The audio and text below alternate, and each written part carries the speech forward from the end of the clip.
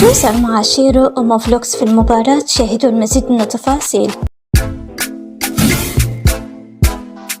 كما يعرف الجميع اليوم أقيمت مباراة ملاكمة جمعت بين شيرو وكمان موفلوكس، وكانت نتيجة هذه المباراة بخسارة شيرو وفوز موفلوكس. كمان حكى موفلوكس في نهاية المباراة إنه شيرو كان كتير شجاع وجريء إنه يفوت بفايت وهو متدرب له بس شهر، وكمان الجمهور كانوا كتير فخورين بأداء شيرو في هذه المباراة وتمنوا له الحظ المرة القادمة. أترككم مع باقي الاستوريات ورأيكم بخصوص هذا الخبر. صار انه قلت حشتري وحده حديثه على مود انه عندي سفره، نفس ما قلت لكم سافرتي تقريبا بعد اسبوع، ف عينيت كاميرا بالسفره انه اصور بيها نفسي او اعطيها لاي حد يصورني، حيلا حدا يعني، المهم انه اصور صور حلوه.